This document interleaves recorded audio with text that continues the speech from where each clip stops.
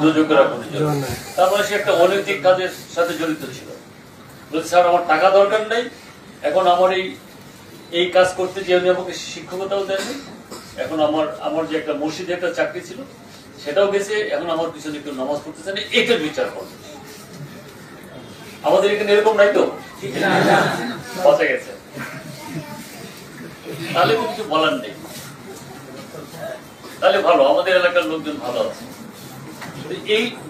এই প্রক্রিয়াটা আমি বিভিন্ন জায়গাতেই এই গল্পটা করেছি। আমি গেলাম, বরিশালে গেলাম, ওখানেও করেছি। দেখলাম যে সব এলাকার চিত্র এটা না, সব এলাকার চিত্র এটা না। যেসব এলাকায় এটা করে তারা নিজ দায়িত্বেই করে। ধান যদি 100টা ধান থাকে, 2-4-5টা চিটা হয়, ধরে নিতে হবে। আলহামদুলিল্লাহ যে আমাদের এলাকায় এসব নাই, ভালো আছে। আমাদের একজন মহিলা শিক্ষিকা বলেছেন যে আমি প্রতি বছর 10 থেকে 12 জন কোরআন শিখি। আপনাদের কি অবস্থা? না, আমি একটু সত্য কথাটা বলি যে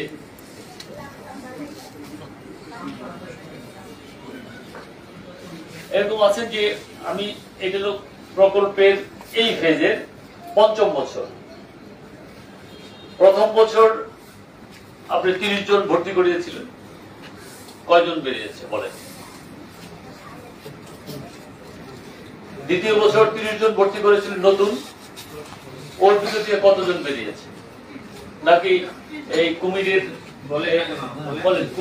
কুমিরের বাচ্চাগুলোর মতো গতবার যেগুলো নিছিলেন ওখান থেকে কিছু আবার আছে, কিছু নিচ্ছে আবার 30 জন, আবার ওখান থেকে কিছু নিচ্ছে, কিছু বাদ দিচ্ছে, আবার 30 জন।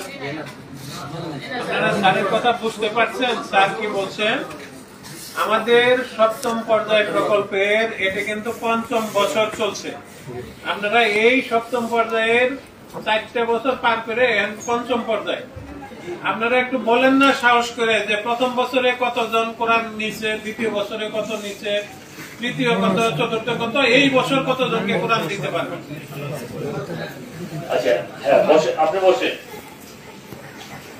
আমাদের কথা হচ্ছে যে আমার ঘুষ দিয়ে আমি চাকরি নেই, কিন্তু আমার উপরে অর্পিত যে দায়িত্ব সেটা পালন না করাও কিন্তু এক ধরনের অসাধুতার পরিচয় দিয়েছে। আমি যদি প্রথম বছর 30 জন ভর্তি করালাম, পরের বছর আবার ওখান থেকে 20 জন নিয়ে আরো 10 জন নতুন নিয়ে ভর্তি করালাম, তৃতীয় বছরে যে ওখান থেকে আরো 15 জন নতুন 15 জন নিয়ে ভর্তি করলাম, এই কাজটাও কিন্তু আপনার এক ধরনের অনৈতিক চর্চার পরিচয় দিলেন। এরকম হয় কিনা আপনাদের এখানে? হয় না? আচ্ছা, 5 জন হাত তোলেন যে আপনি গত 4 বছরে 120 জন ছাত্রের নাম দিবেন আমাকে। আমি কিন্তু সারা বাংলাদেশে 73,768টা সেন্টার চালাই। আমি আমার অফিসারকে বলেছিলাম 590টা উপজেলা থেকে একটা করে সেন্টার বের করবেন, যেখান থেকে প্রতি বছরে 30 জন 35 জন বাদ দিলাম, 30 জন করে ছাত্র ভর্তি হয়েছে, পাসিং আউট হয়েছে আপনি হয়তো 80% বা 90%। এরকম একটা কেন্দ্রের হদিস আমাকে দিবেন, গত 4 মাসে আমাকে সেই কেন্দ্রের হদিস দিতে পারলে। এরকম চ্যালেঞ্জ কে নিতে পারেন? আচ্ছা, আপনি দাঁড়ান, বলেন, ওঠেন আপনি। হ্যাঁ, আমার কেন্দ্র 1 নং দানিফুলা ইউনিয়ন চৌপাতির 3 নং ওয়ার্ডের আমার কেন্দ্র। স্যার আমি দিতে পারবো যে নাম ঠিকানা, অমুক ছেলে অমুক মেয়ে, এতগুলো। আপনি 4 বছরে কতজন পাসিং আউট? কতজন? আমার 32-30 প্রায় বছরে এরকম কোরআন সবক। আলহামদুলিল্লাহ। তাহলে আমি ভারত শিখা ভরপত জবর অক্ষর দেখছি না, 5টা জিনিস থেকে তো করতে পারে। আমি এগুলো করে ফেলি, ভরপতকে আগে চিনাই দিই, তারপর ওই আমি বানান করে আসা যাওয়া করতে। এটা ভালো। আসলে আমাদের প্রকল্পের উদ্দেশ্য ছিল এরকম। বসে আমাদের প্রতি বছরে আমার 28,800 প্রাক প্রাথমিক সেন্টার চলে, 44,200 সহজ কোরআন শিক্ষা কেন্দ্র চলে, 768টা চলে হচ্ছে আমাদের বয়স কোরআন শিক্ষা কেন্দ্র। এই এতগুলো কোরআন শিক্ষার সর্বমোট সংখ্যা হচ্ছে 73,668টা। এই ৭৩,৬৬৮টা কেন্দ্র থেকে ৫ বছরে ১,২১,৫০,০০০% আসে কথা, কিন্তু আসলে কি তাই আসে? আসে?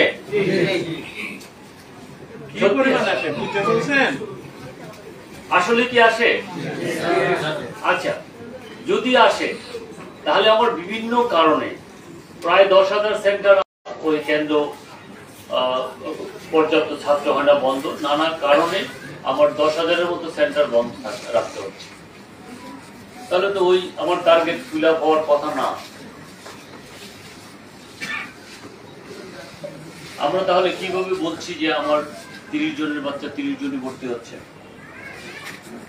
আমরা সব সময় বস্তুনিষ্ঠ কথা বলার চেষ্টা করি না, কারণ এটা আমার চাকরি চলে যায়।